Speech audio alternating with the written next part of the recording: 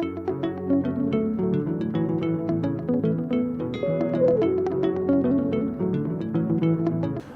Dr.Mugove Gerald Madziyire. I am an obstetrician and gynecologist from Zimbabwe.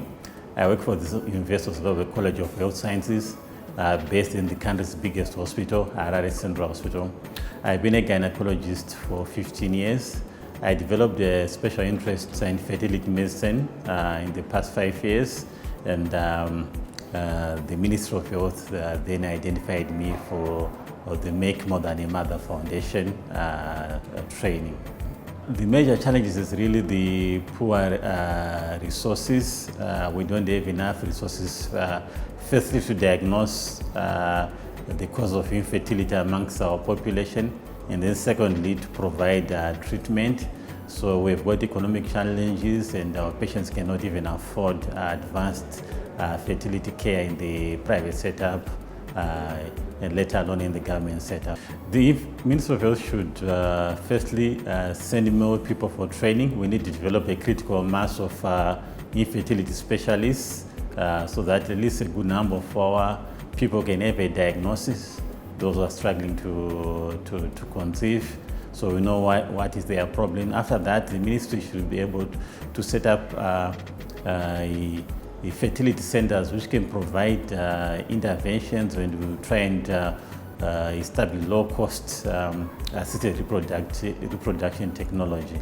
The level of awareness is very low, both in the public and private sectors. It's something which people hardly talk about due to the stigma, and even people don't know where to go if they are having challenges in conceiving. So people tend to rely more on the community help, just asking help from their relatives. And then male infertility, hardly anything is known about it, because our society is patriarchal, and really there's a bias in believing that men don't contribute to infertility. So it's usually believed to be a women problem. If you are seeing patients in the public sector and have been able to diagnose their cause of infertility, if this cause is related to the woman, it could be problems in ovulation. Problem in ovulation tends to be easier for us because they don't need much resources. We can try and induce the ovulation. We know the drugs are a bit expensive for public patients, but some can afford to try to induce the ovulation so that they produce eggs and they're able to fall pregnant. The biggest group which gives us lots of problems are the ones with blocked tubes. Once tubes are blocked, it's very difficult to unblock them, and success rate of trying to unblock them is difficult. So these ones will need interventions like in vitro fertilization or intracytoplasmic sperm injection, so which are not available.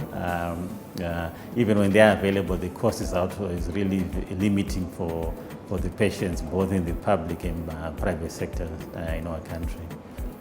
This is very important because it has equipped me with the essential basic knowledge and skills, which then acts as a foundation for me to even build up further and provide quality care.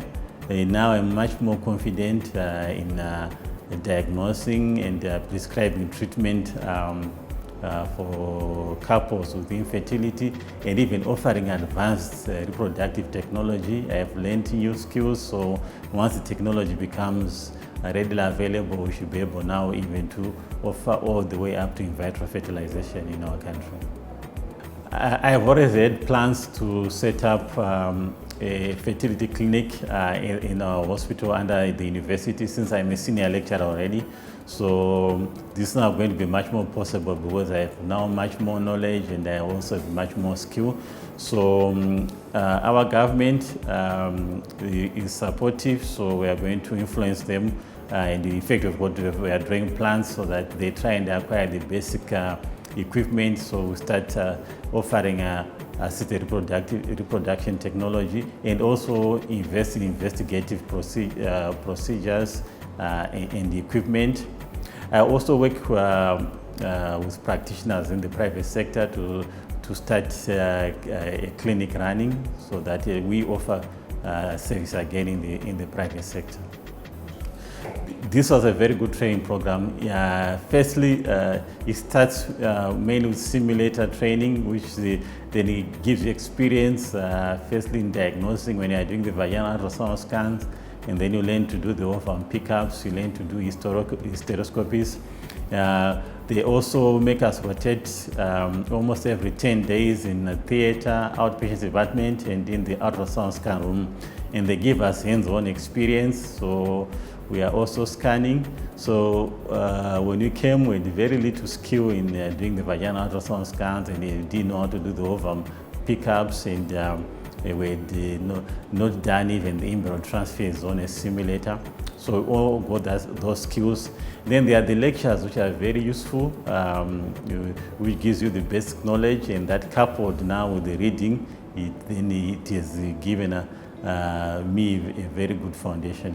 I'm really indebted to Merck Foundation and then the Ministry of Health for identifying me, and also for Indira IVF for providing the due training. This gives me a very important tool which I hope to be able to use for the benefit of my country. We actually need that critical mass of specialists in reproductive health who are able to give this advanced care. So if you still have few people with this skill, it doesn't help. So we need so many people, because there's a big burden, and it's only when you've got lots of people offering the service that's when we are able to provide reasonable coverage. There's lots of stigma. Respect comes through being a mother. So people who are not mothers, they get very little respect, and so infertile women are likely divorced, and they don't get much support, and it's also considered as a curse, so people always look down upon them. So these are women who really feel depressed with their situation. Zimbabwe.